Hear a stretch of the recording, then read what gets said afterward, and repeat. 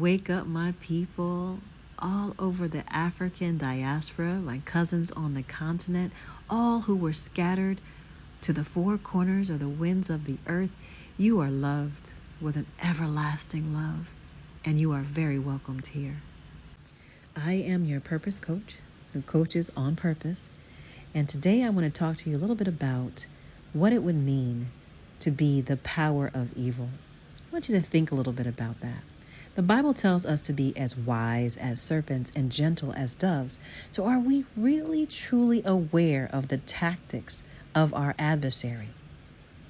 So if you were the power of evil and had the upper hand to manipulate people, what would you do?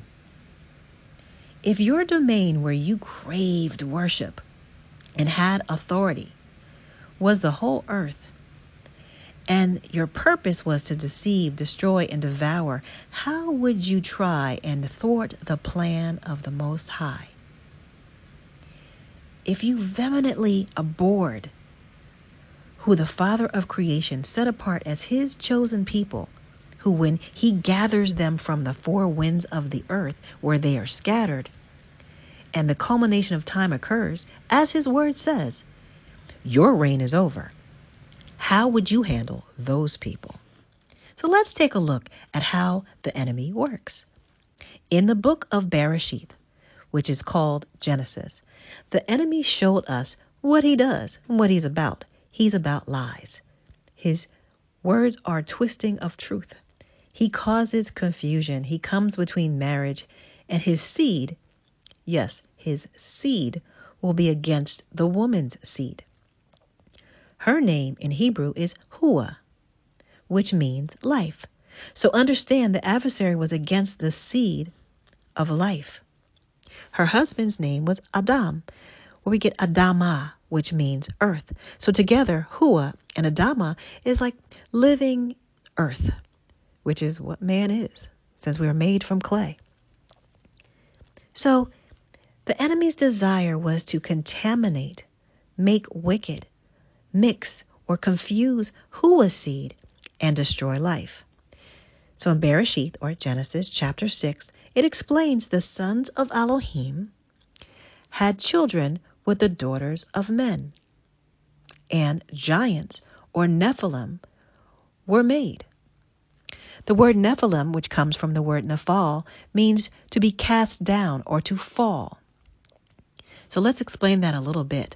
So the angels that left their first abode fell down, were cast out of heaven, or in Hebrew, that is Shamayim. These sons were the same as in Job 1:6.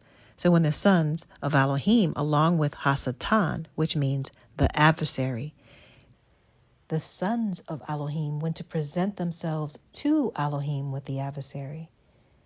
They went to the Father to present themselves. The book of Enoch, however, or Hanach, clearly gives you a descriptive account of who these fallen were and their names. So if you were the adversary, would you want men to really know what you did? So would you take out of the Protestant canon anything that alludes to who you are and say it is esoteric in other versions of the Bible, only for laity to read, not for individual interpretation? So during the Reformation, more division and confusion, it was allowed in some Bibles and not in others. But either way, do not read it, nor be encouraged to do so. So back to the thought, if you were the power of evil. Although you have dominion over the whole world temporarily, the evil adversary knows the Father of all creation has complete power and dominion over evil, which is why you still have to come and ask for permission to do things. But it's allowed for a time and for a purpose. So think strategically. If you were evil, would you allow the word of the Most High to be accurate at all times? Would you not put sacred works in the hands of those who were not chosen, or real history in the hands of those who would tamper with history and with truth? Would you make obeying his laws and commandments and feast days and Sabbath, which was of utmost importance to the Father, be thought of as unnecessary for future generations and not as a sign of things to come. But yet still keep in the scriptures, if you love me, keep my commandments. So you're covering your bases. But that's just a suggestion because you're free and there's no condemnation if you're saved. Well, to me, that sounds confusing, which is perfect. Perfect for the enemy because he's what? All about confusion. Make it confusing. Make it several interpretations of scripture as you can. And in some interpretations, do not even have the full scripture and change the meaning of words. Hazon, Revelation 14:12 says, here is the patience of the Kodashim, which means the set apart or holy ones. Here are they that guard the commandments of Elohim and the faith of Yahusha, which is in Greek called Jesus. So in Deuteronomy 28, Yahuwah, which is the name of the Father, the Most High, which some call it as the Tetragrammaton or Jehovah or Yahweh, etc. His name, Yahuwah, says to diligently hearken unto his voice, to guard, to do all of the commandments which he commanded the day he was telling them this, and he will set you high above the earth, above all the nations of the earth. This was a day he was making a covenant with his people. And he told them that all the blessings will come unto you, but if not, the curses will. Well, you can kind of tell who are the people based on those curses, unless you are blinded by the enemy's lies. Again, wouldn't that be just like the enemy?